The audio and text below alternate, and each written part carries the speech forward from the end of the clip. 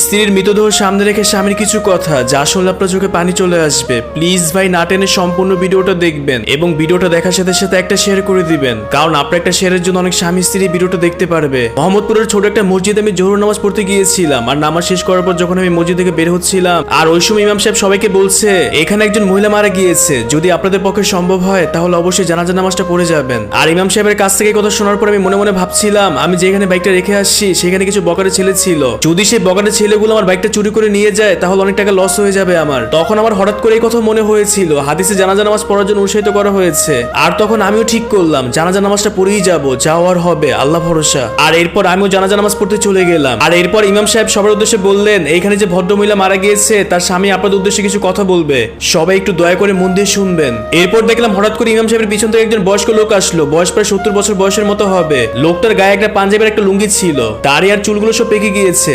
আর সবার সামনে এসে সে বয়স্ক লোকটা বলা শুরু করলো, তার বলার ধরনটা এরকম ছিল, আপনাদের সবাইকে আসসালামু আলাইকুম, আপনারা হয়তো আমাকে চিনবেন না, আমি এলাকায় নতুন আসছি, আমি কিছু কথা বলতে চাচ্ছি আপনাদেরকে, একটু মন দিয়ে কথাগুলো শুনবেন। আজকে সকালে ফজর নামাজ পড়ার পরপরই আমার স্ত্রী মারা গিয়েছে, আপনারা সবাই আমার স্ত্রীর জন্য দোয়া করবেন যেন আল্লাহ তাআলা আমার স্ত্রীকে জান্নাতবাসী করে। এরপর সবাই আমরা একসাথে আমিন বললাম। আর তারপর সেই বয়স্ক লোকটা আমাদেরকে বললেন দেখেন আমাদের বিয়ে হয়ে গেছে প্রায় 40 বছরও বেশি, আমার স্ত্রী আমাকে পাগলের মতো ভালোবাসতো আর আমিও আমার স্ত্রীকে পাগলের মতো ভালোবাসতাম। আমি সরকারি একটা চাকরি করতাম, আমার স্যালারি খুবই কম ছিল, কিন্তু বিশ্বাস করেন আমার সাথে যারা কাজ করতো তারা প্রত্যেকেই ঘুষ খেত, একমাত্র আমি ঘুষ খেতাম না। আমি যদি ঘুষ খেতাম তাহলে লক্ষ লক্ষ টাকা মাসে ইনকাম করতে পারতাম। আমি আল্লাহর কসম করে বলতে পারবো আমি আমার জীবনে 2 টাকা ঘুষ খাইনি। আরে ভাই একটু দাঁড়ান, আপনি কই থেকে ভিডিওটা দেখতেছেন একটু কমেন্ট করে বলে যাবেন, তাহলে আমার কাছেও ভালো লাগবে। কমেন্ট না করলে কিন্তু খবর আছে।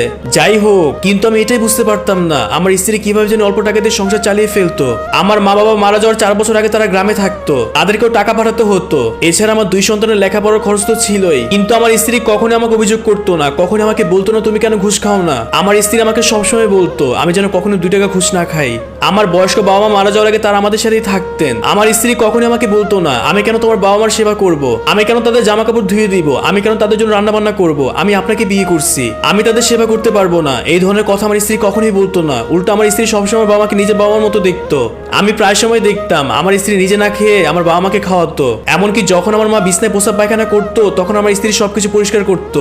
আমার স্ত্রী কখনোই আমার হক, আমার সন্তানের হক, আমার বাবা মার হক, আমার আত্মীয় স্বজন কারো হক নষ্ট করেনি, এমনকি এলাকার কোনো মানুষের সাথে খারাপ ব্যবহার করেনি। আমার স্ত্রী সবসময় 5 ওয়াক্ত নামাজ পড়তো, এমনকি তাহাজ্জুদ নামাজও পড়তো। সত্যি কথা বলতে আমার জীবনে আমার স্ত্রীকে সেরকম কোনো কিছু দিতে পারিনি। তবে হ্যাঁ, আপনারা অনেকেই জানেন যারা সরকারি চাকরি করে তাদের যখন বয়সের সীমা শেষ হয়ে যায় তখন তারা একটা পেনশনের টাকা পায়। আমি যখন পেনশনের টাকা পেয়েছিলাম তখন আমি আমার সেই পেনশনের টাকা দিয়ে আমার স্ত্রীকে হজ করতে নিয়ে গিয়েছিলাম। আর যখন আমার স্ত্রীকে হজ করতে নিয়ে গিয়েছিলাম তখন আমার স্ত্রী খুশিতে কান্না করে দিয়েছিল, আর কান্না করে আমাকে বলেছিল আমি সত্যি অনেক ভাগ্যবান, তোমার মতো একটা স্বামী পেয়েছি যে কিনা আমাকে হজ করতে নিয়ে আসে তার জীবনের শেষ টাকা দিয়ে।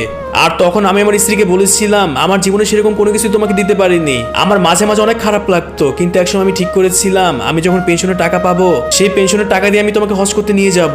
আলহামদুলিল্লাহ, আল্লাহ সেই আশা আমার পূরণ করেছে। আমার স্ত্রী নামাজ পড়ে সবসময় আমার জন্য দোয়া করতেন, যতই শরীর খারাপ থাকুক না কেন আমার স্ত্রী নামাজ পড়বেই এবং সবসময় পর্দার মাঝে থাকতেন। একজন জান্নাতি মহিলার ভিতর যেসব গুণ থাকা দরকার তার ভিতর সকল ধরনের গুণই ছিল।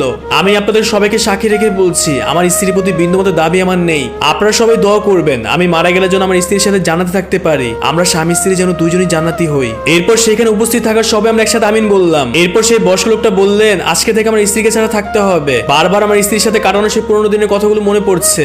আপনারা সবাই আমার স্ত্রীর জন্য দোয়া করবেন এবং আপনারা সবাই ভালো থাকবেন। আসসালামু আলাইকুম। এই কথা বলে সেই বয়স্ক লোকটা তার কথা শেষ করলো। এরপর আমরা সবাই জানাজা নামাজ শেষ করলাম। মূলত একজন মৃত ব্যক্তি পরিবার থেকে 1 মিনিটের মতো সময় দেওয়া হয় কথা বলার জন্য, সেখানে তিনি 5 থেকে 7 মিনিটের মতো কথা বললেন, কিন্তু আমরা কেউ বিন্দুমাত্র বিরক্ত হইনি, সবাই মন দিয়ে কথাগুলো শুনছিলাম আর সবার কাছে ভালো লাগছিল।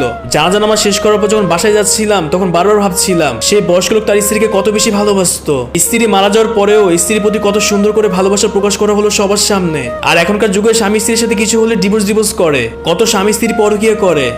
তাদের ভিতর কত সুন্দর না ভালোবাসা ছিল। আমি জানি না শেষ অবধি কে কে ভিডিওটা দেখছেন, যদি শেষ অবধি ভিডিওটা দেখে থাকেন তাহলে অবশ্যই একটু কমেন্ট করে বলে যাবেন আপনি শেষ অবধি ভিডিওটা দেখছেন কিনা, তাহলে আমার কাছেও ভালো লাগবে।